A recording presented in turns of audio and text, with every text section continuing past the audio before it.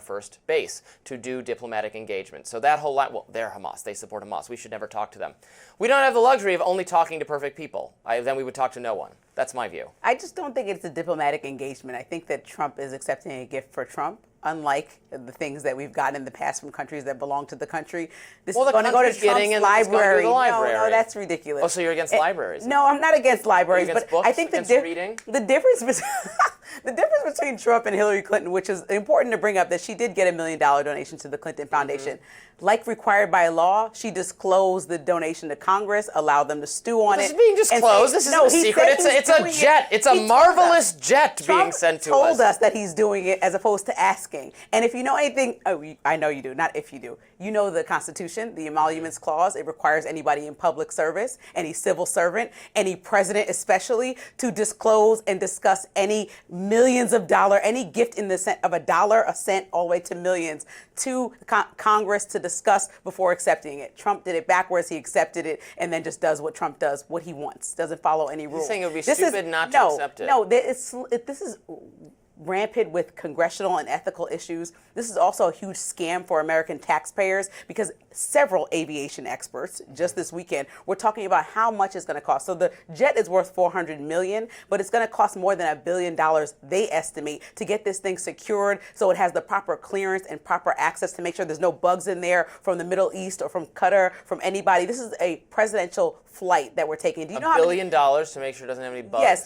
because you have to. But I've seen TV. They said you have get that little scanny device. Take the whole plane apart. No, cut it out. They got to take the whole plane apart and make sure that there's nothing in there. So not only are we paying a ton of money for Trump's toy jet that he's going to enjoy for his library and his friends that want to fly out of town to visit his library, we're also wasting a ton of taxpayer money, especially for the people that have Doge and talk about saving. This is a huge scam to me, and they're gonna want something for something. And there's already conversations about our security officials being uncomfortable with our conversations in the Middle East.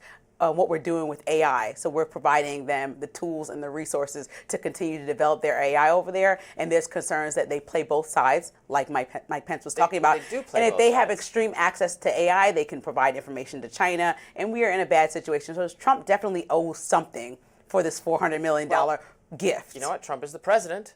And security experts and officials don't get to dictate the foreign policy of the United States. The president does. The democratically elected president and Congress. Now, I would love Congress to have more say. It's actually Congress is the one that should be making the foreign policy, and the president just cares. And deciding if we get free planes. I agree. I wish Congress would get off their lazy behinds and actually do some governing of this country. Unfortunately, our Congress has decided that the president, if the president and the Congress are controlled by the same party, the president can do whatever he wants. That is the way our Congress has decided to handle things.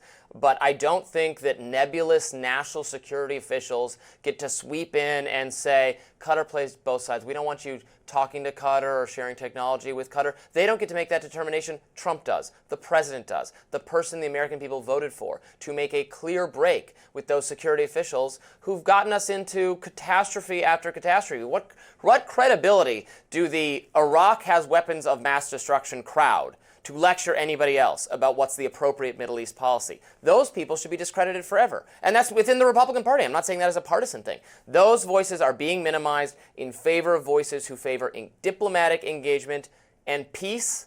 And I think that's a good thing. I think plain or no plain. The good thing about living in a democracy and having voted President Trump into office means that he needs to listen to the concerns of voters. And so it's not voters, not national security experts. Right, but it's not up to him to disregard people that have also been voted in office that are across both aisles saying that this reeks of something inappropriate. And I think that he needs to pay attention and understand that while it might be nice and fancy, maybe it's not appropriate that our official fleet is given to us by Qatar instead of something that we created here for ourselves. Understanding how much security and how much he can decide if we go to war from flight. We need to make sure that this is as secure as possible, which is why that price tag, even if it's overestimated of a couple $100 million or $1 billion to make this airplane secure, this 13-year-old airplane secure, is not ridiculous. It's ridiculous that he's even accepting this. I think Air Force One was already going to be updated by Boeing, and we should be in a good situation using the fleet that we had planned to use and keep it within our government, you know what I mean, and not to personal libraries.